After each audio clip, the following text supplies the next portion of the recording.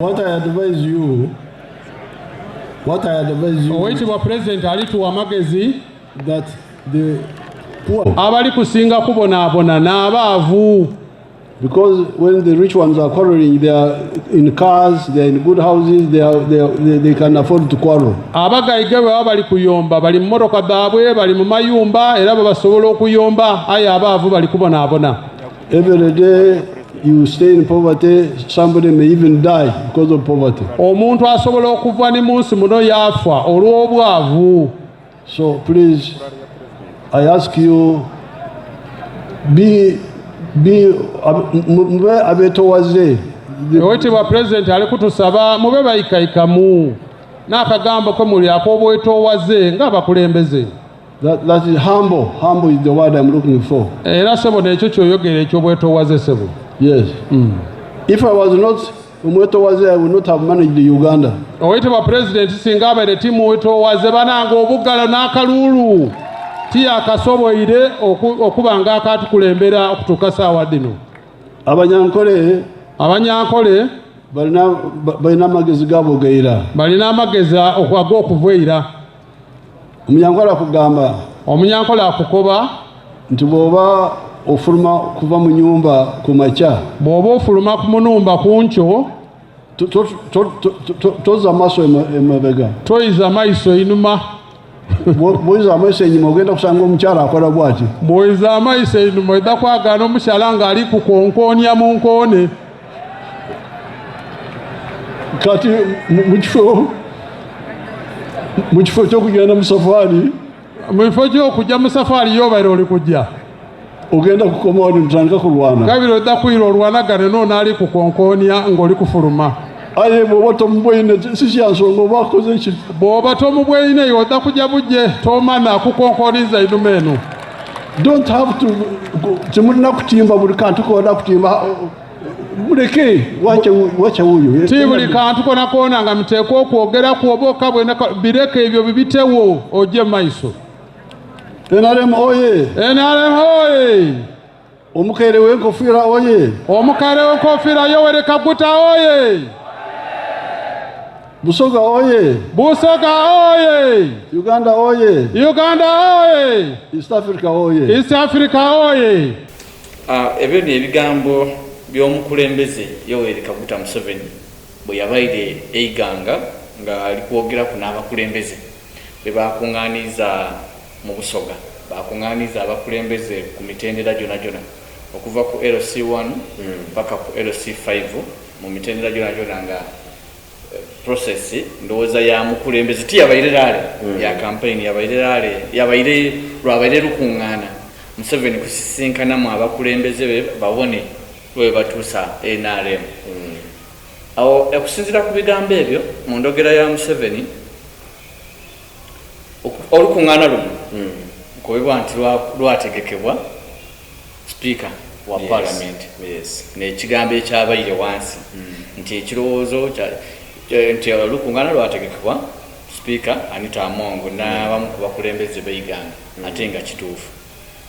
Aye President Museveni mu ndogera ye yalaze nti eyamuwa ekirowoozo nti olukungaana luno lube mu Busoga ni Honorable Pacis Namuganza. Oweekitiibwa President yaikiriza olukungaana lukole ki?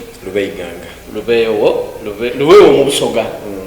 Abategesi n'abalutairewa eiganga mukulu teiganga ba inviting aba flag bearers babaleeta. President Museveni yayogeire ku kintu kya nobankobe nti empisa oba obwegaisi n'okwetowaaza. I ask you, mube abetowaze. Oweekitiibwa President ali kutusaba mube bayikayikamu n'akagambo ke muli ak'obwetoowaze ng'abakulembeze. That is humble. Humble is the word I'm looking for. Era sebo n'ekyo ky'oyogera eky'obwetoowaze sebo. Yes. If I was not umwetowaze, I would not have managed Uganda. Okay. Ebigambo by'omukulembeze nabiwulire bulungi. Ekisookera era omukulembeze ali kulaga nti ali kwenda okwiza Busoga. Busoga n'ekindi ku biketezo President Museveni yatakola mu bulungi mu kalwaka 20 mulala naye nga inumeeri yali akolanga bulungi mu Busoga ate 20 mulala Busoga yalonda opposition okusingirira ku level eya president ni kugundi basically ine ba ku level ya president wanene mubabaka balonda inabe NRM batabika because munupu mu Busoga wano bafuna mumbaka mulala yenka ni manjeri cheba kutika owa Jinja City yes mubabaka kodi ba councillors abawansi abo bebawanga mu kwa banupu na bibi nebindi ayenge idinda yonkani yafuna yo mu Busoga wona yafuna yo mubaka wa nupu opposition owa nupu basically nga nupu because opposition baba opposition ni no wechitiwa aga abera chikira Jinja no yena ngatuvire ku gundi ngatuvire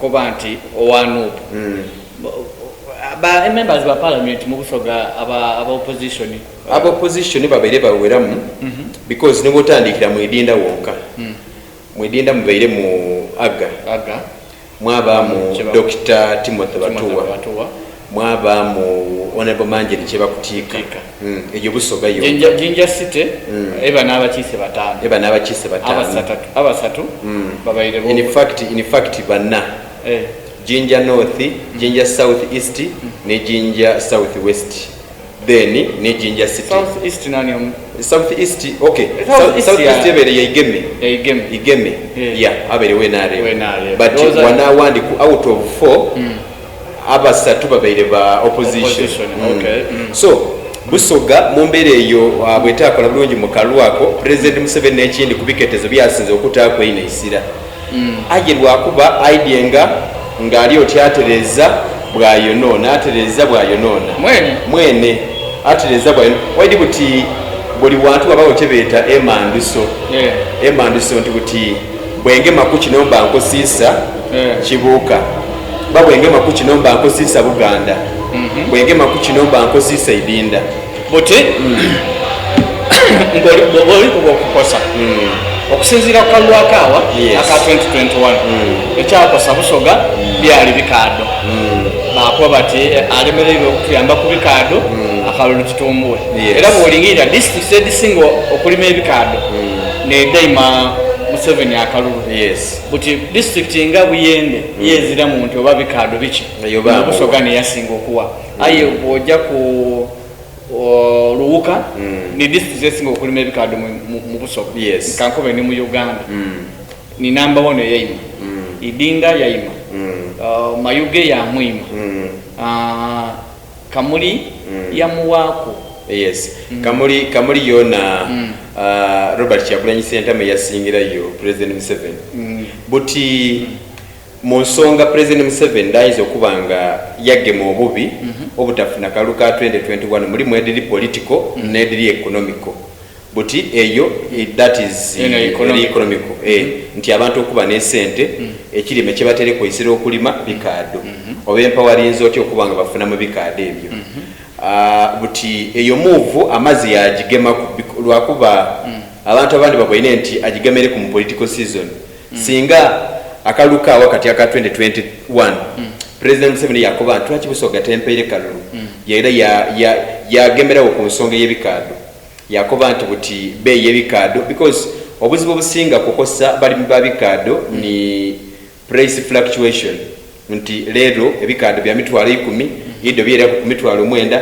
bakoba nti ziza ku mitwalo 12 nobo obuzibu obubayirewo aye President Museveni recently wavile nakoba nti buti bana tutyame tukole kibeta sugar council abalimi bona babenga baba mu meeting edisalawo ku bei y'ebikado nti mubamu bene byuma ba millers mwabamu abakungu okuva ministry ya trade mwabamu ba representatives abalimi babanga bona bali party ba because omuntu alime ekikado ngayo okutunda inaso kafuna lukusa kwali gyo kumugulako n'ekibeta permit nti ebikado bikula bulungi weewu bakuchuma wako ngoli kwenda permit bakwikirizo oteme ebikado byo ayi naba kuwensigo buti ekyo kiri awo ekyo kya ensonga ya bikaado that is economic but n'ensonga ey'ebibali because abasoga abandi balimi ba muceere bagulima bagutunda bagulima bagulira buti yo ne economic nti ali kutunda oba omusaze ku mubinze mu kibali tali yafuna kasente kabeera afuna omu then n'ensonga busoga yetooloirwa maadi enanda n'ensonga ey'ebyenanda yona n'ekindi ku nsonga President Museveni lwaki akalwako kamulema nga tuviire okwenda ensonga kale era Museveni okumulema akalulu na biki ensonga ya President Museveni gye yakobye nti kuba yakiwumbye mu ngeri eno nti endawukana nedisinga okusiba endawukana edaaba nene nedisibya omuntu wa wansi muki mu bwavu kuba ndi mu kwogera kwe yakobya ati abanene boni bwe basigala nga baawukayine ayi baleka omuntu wa wansi nga tibaawukayine nti kuba bo abanene bayombera mu yakobya ati bayombera mu motoka bayombera mu kalina bayomba nga balina esente aye omuntu wa wansi nekisibye busoga mu bwavu buti eyensonga eri politically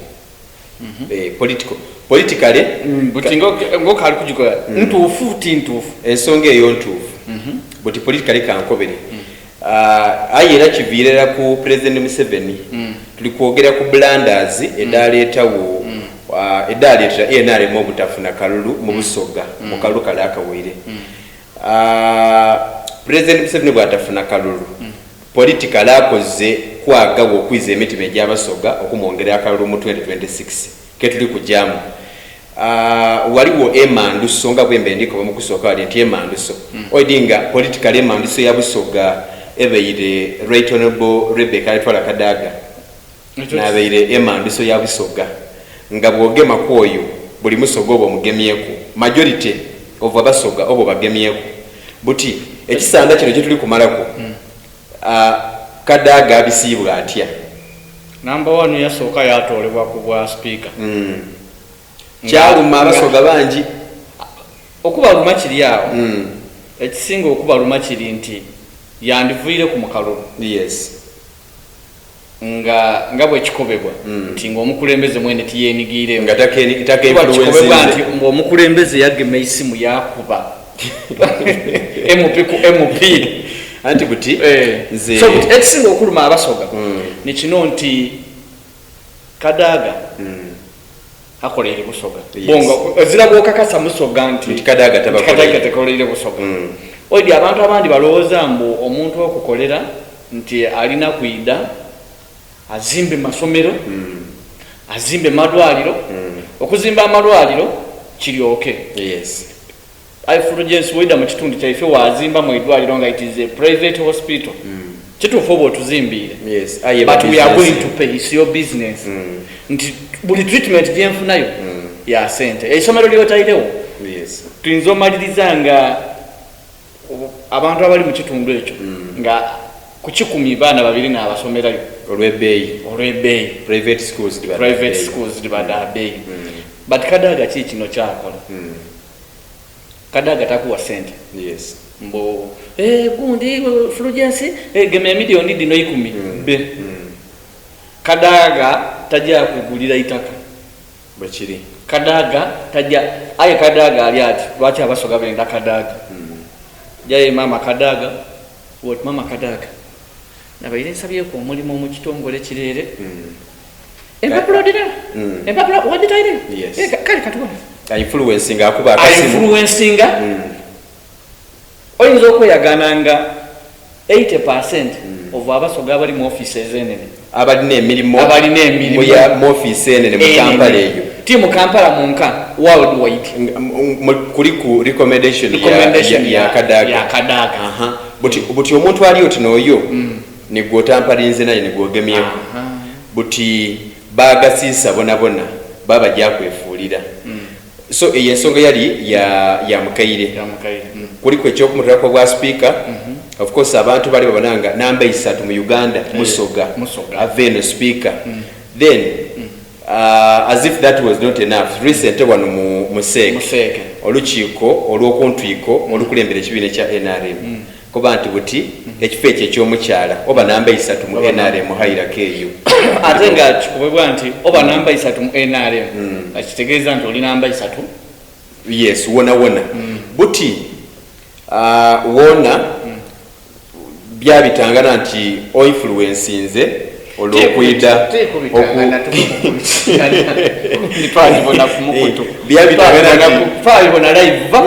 ati buti mwene akoba nti abakyala bano bombi yayogera nabo berema yakoba nti yamukoleki mujje mu kalulu so bwekiba nti tosobere ku ring fencing kyova obona omukaire bwe yali yayogera ku lunaku olwo lwa seeke yakoba nti nga bwe wa ring fencing ekifo ekya vice chairperson otini oyo Haji Kigongo ni kino kyona wandi kitaire ku gata nti kibe kya Kadaga because of Busoga bet yakoba ati kibe kya Kadaga waya yali yakoba ati bwabanga omuntu ni speaker wa parliament direct tegeza nti kuba already wa NRM yes kuba yakoba ati oyo ekyo bachi fencing nti kastoba speaker wa parliament ngate oli wa NRM oli automatic obeku ngati wetaaga kwesimba weno but kinecha vice chairperson women kibenga kyesimbibwako abantu ataliwa abatali ni wabali mu parliament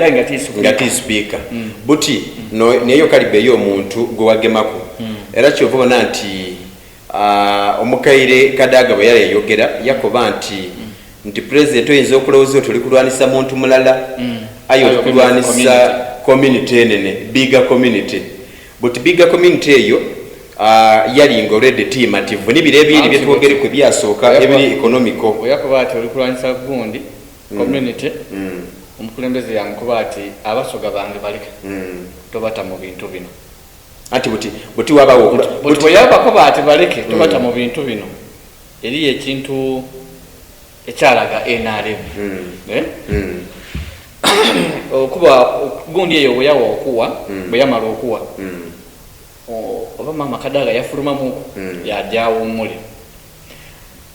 twalina deltan welcoming her back yes eyo yamulaga nti bigger community yayogera buti nga tuviire kweyo tulina omukolo ejali gya kyabazinga gyali wano ku kitebe ebugembe yasindika prime minister by the way yali ayendebwa ino abantu she's one of the abantu service of period nga ayendebwa yes but when she spoke eri abasoga bamungola yatamu ekyamu 7 bamungola bamukuba ati abantu nga tebalibo nawo Kadaga anti yabakuba ati era bwe tutuuka mu kulonda tuwe president muso yakuba yalwanisa Kadaga buti obuzibu awo ekyo iyo nakani eri political nti Busoga bweta alonda president Museveni ate kayini waidanga obairewo ensonga edde okugema ku mukaire Kadaga waidawo buti ebiwayi bisatu mwalimu ekiwayi okwenda okuwininga favor y'abasoga omukaire Kadaga ngaliwo waida mwena agirina yes but yali yabenda okuwininga favor because of NRM ayinga bene batola abantu kumukaire okwerabiza abantu Kadaga nti NRM esobola okuba mu Busoga Kadaga tayogeire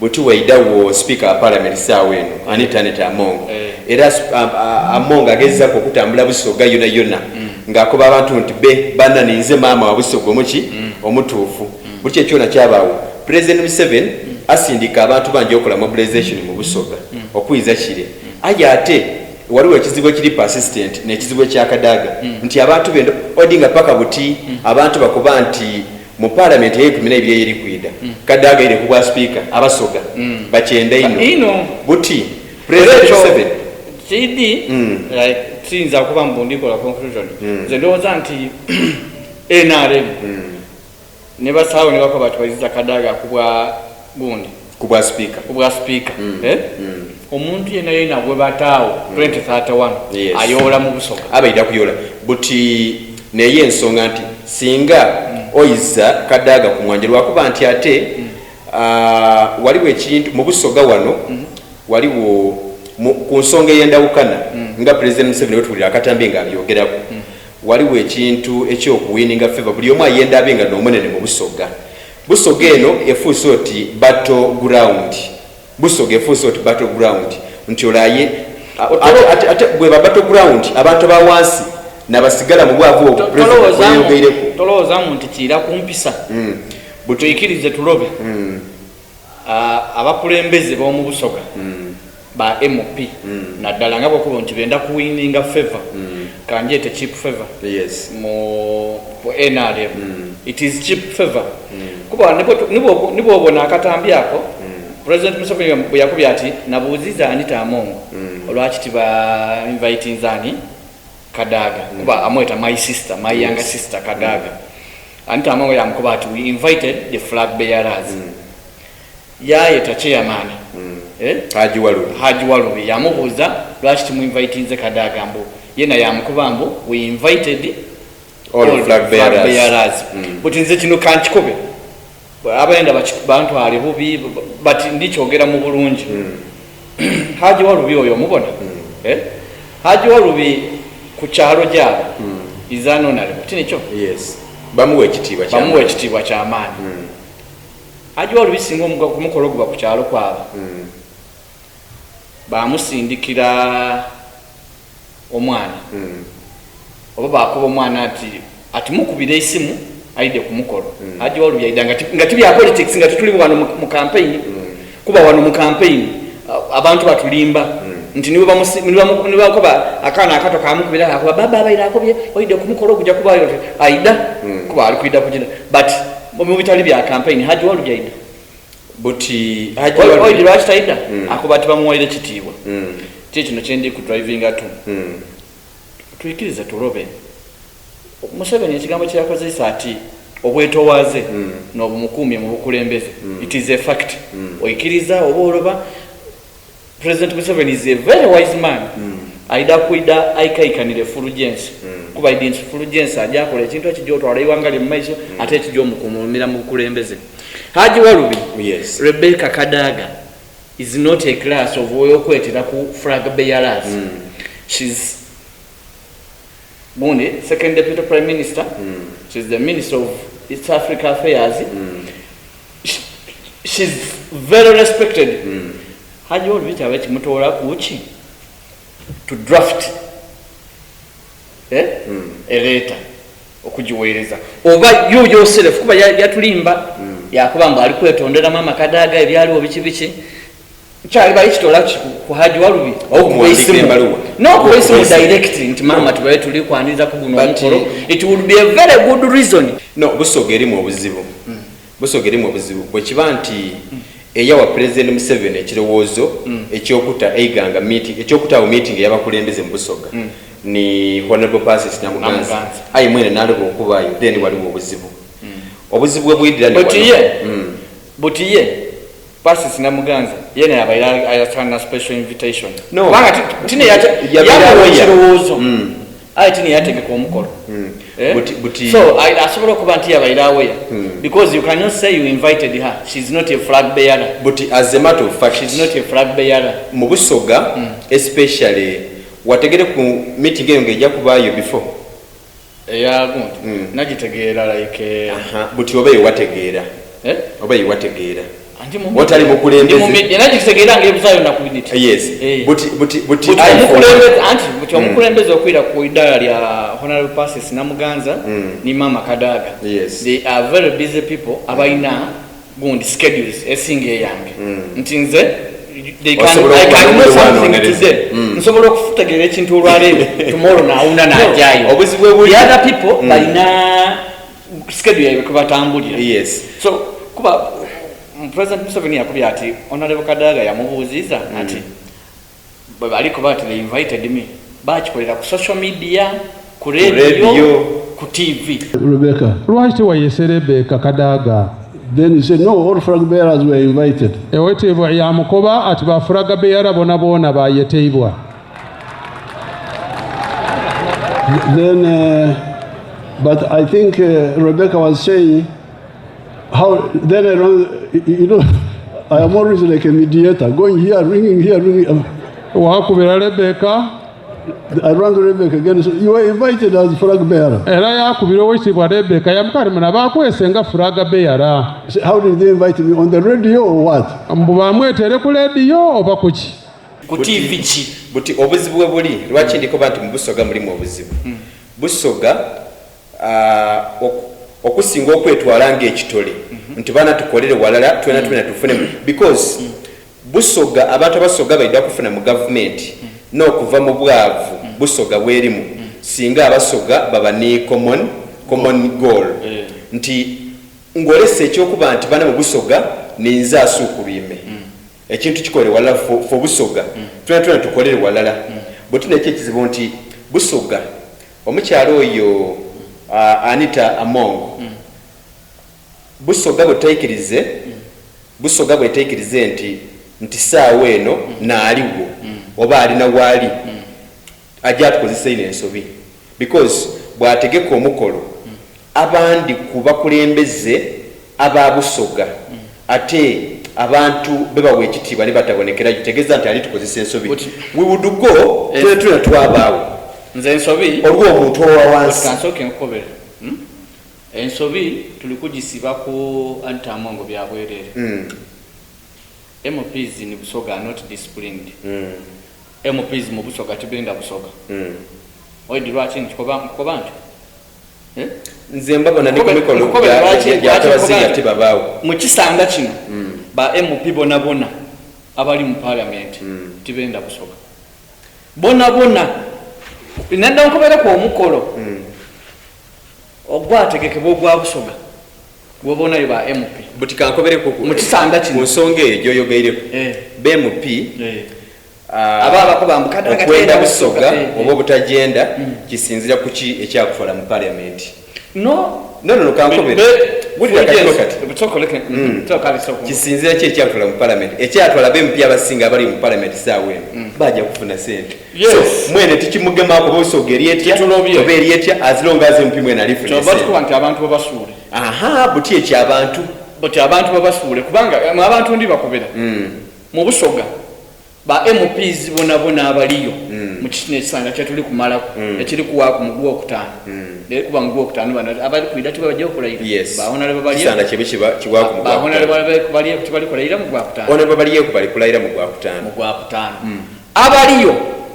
abaliyo tibenda Busoga but nekyo kyenkukobye nti singa yajjayo okutoolako aga singa olwo omuntu yajjayo agatambuli walala n'obwakyabazinga kuva ku ntandikwa singa ole yajjayo nga yajjayo ku lw'abantu n'okwenda okutoola ekitundu kya Busoga mu mbeera gyekirimu yandibeire ayenda Busoga aye balebo beyenda bene kyova babuukira etokoite nti kyo ne bwe kiyidda nti ku babiri ku Anita Among ne Kadaga londa ku mulala fo Busoga omuntu yandibeire alonda ku Kadaga liba bazza senda alikuwa fo Busoga but individual muntu mwene yajjanga ano yakike ayira kujala ininga kweno wani Anita Among so divisions ze divire mu bigendererwa bya MP betusindikayo wali MP tubasinikanga bo balowooza byeyibwe tibya Busoga tibya abantu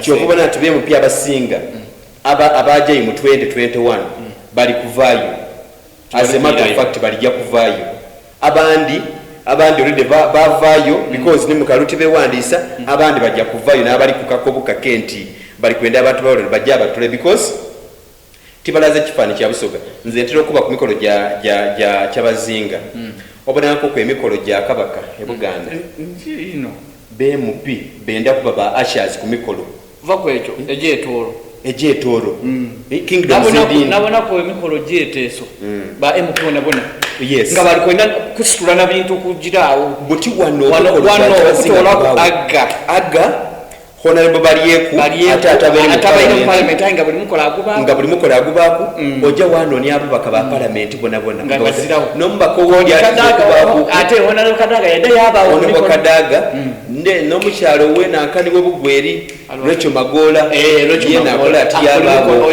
Rachel Magola buti abandi baliwa now ate kino emikolo tuleke kulowooza mbu tuli kwogera mbu emikolo gy'obwakyabazinga mbu bwe guba gutegekeibwa mbu gulina kuba ku ba NRM ba MPB ola ategemya mbu koodi nze ndi opposition kyabazinga wabusoga yona yona oba oli opposition eriyo MP tibonanga kubatuwa ku mukolo gwa kyabazinga wairo buti nkukobye eki nkobye nti eyajja ku lwa Busoga asobola okuwa bwakyabazinga ekitiibwa eyajja ku lwa Busoga awo abantu ekitiibwa yagadalinga mu bantu eyajja ku lulwe mwene yajja kunoonya sente azilonga afuna musaala gwe abona abasuubuzi mu parliament buli kimu bakibisa bubise butunda abantu baibwe batunda ensi yaibwe so buti oyo gwoli kwogeraku bwabanga baida zena timwekangaku kumukolo gwa kyabazinga bulala buti atukubanga batuwa obawa tobanga kumukolo gwa kyabazinga wairo constituency gyokiikirira eri mu Busoga eri mu capital ya Busoga mu Jinja City eri kumpi n'ekitebe ky'obwa kyabazinga